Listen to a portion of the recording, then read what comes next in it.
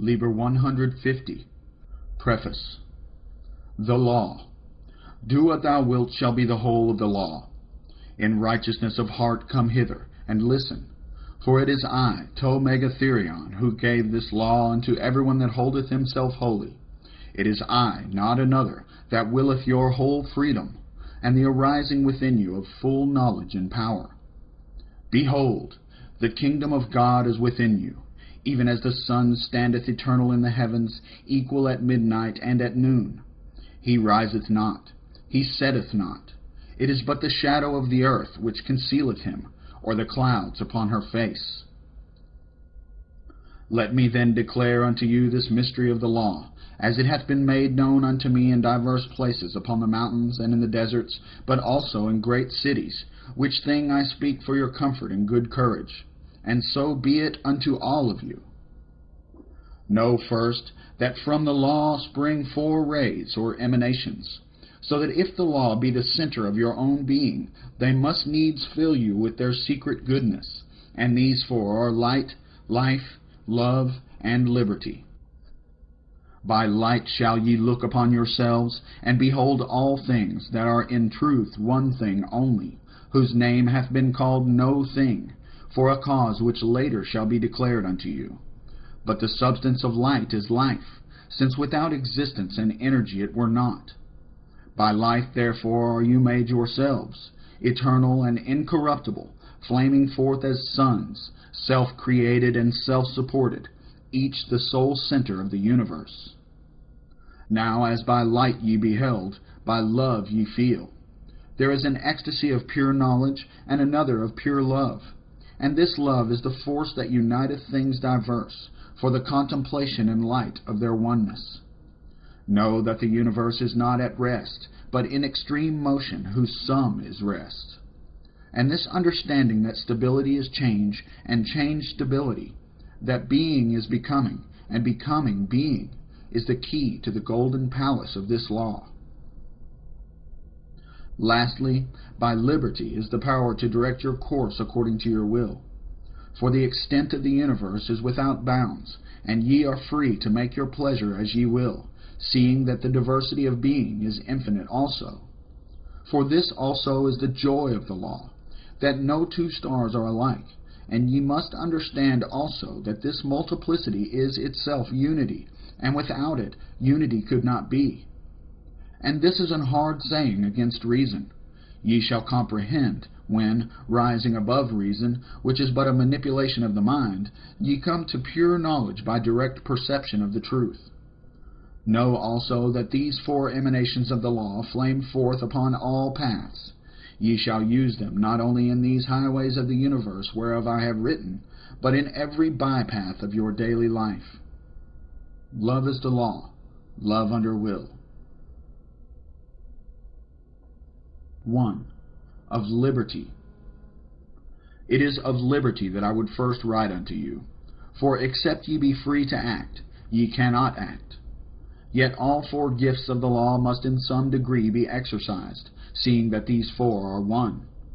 But for the aspirant that cometh unto the master, the first need is freedom. The great bond of all bonds is ignorance.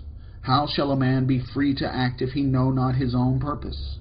You must therefore first of all discover which star of all the stars you are, your relation to the other stars about you, and your relation to and identity with the whole. In our holy books are given sundry means of making this discovery, and each must make it for himself, attaining absolute conviction by direct experience, not merely reasoning and calculating what is probable. And to each will come the knowledge of his finite will, whereby one is poet, one is prophet, one worker in steel, another in jade. But also to each be the knowledge of his infinite will, his destiny to perform the great work, the realization of his true self. Of this will let me therefore speak clearly unto all, since it pertaineth unto all. Understand now that in yourselves is a certain discontent. Analyze well its nature. At the end is in every case one conclusion. The ill springs from the belief in two things, the self and the not-self, and the conflict between them. This also is a restriction of the will. He who is sick is in conflict with his own body. He who is poor is at odds with society, and so for the rest. Ultimately, therefore, the problem is how to destroy this perception of duality, to attain to the apprehension of unity. Now then, let us suppose that you have come to the Master, and that he has declared to you the way of this attainment. What hindereth you? Alas, there is yet much freedom afar off. Understand clearly this, that if you are sure of your will, and sure of your means, then any thoughts or actions which are contrary to those means are contrary also to that will. If therefore the Master should enjoin upon you a vow of holy obedience, compliance is not a surrender of the will, but a fulfillment thereof. For see, what hindereth you? It is either from without, from within, or both. It may be easy for the strong-minded seeker to put his heel upon public opinion, or to tear from his heart the objects which he loves, in a sense. But there will always remain in himself many discordant affections, as also the bond of habit, and these also must he conquer. In our holiest book it is written, Thou hast no right but to do thy will. Do that, and no other shall say nay. Write it also in your heart and in your brain, for this is the key of the whole matter. Here nature herself be your preacher, for in every phenomenon of force and motion doth she proclaim aloud this truth. Even in so small a matter as driving a nail into a plank, hear this same sermon. Your nail must be hard, smooth, fine-pointed, or it will not move swiftly in the direction willed. Imagine then a nail of tender wood with 20 points. It is verily no longer a nail. Yet nigh all mankind are like unto this. They wish a dozen different careers, and the force which might have been sufficient to attain eminence in one is wasted on the others. They are null.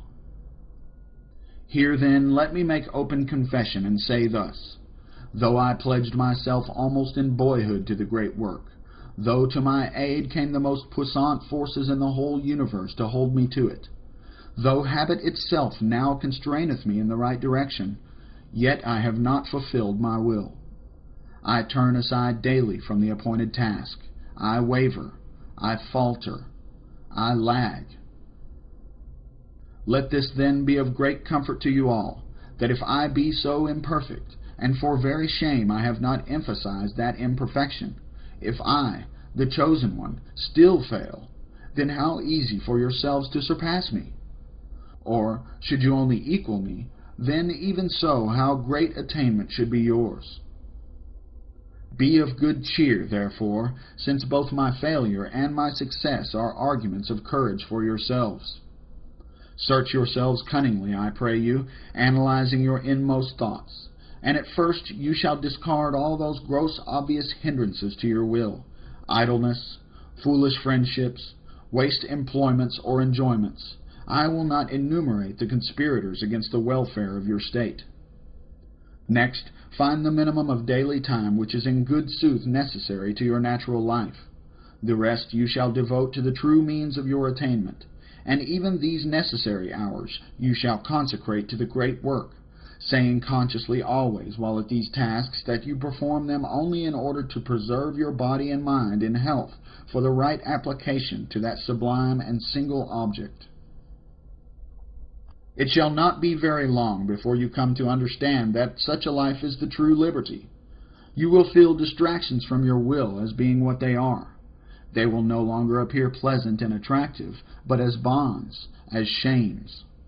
And when you have attained this point, know that you have passed the middle gate of this path, for you will have unified your will.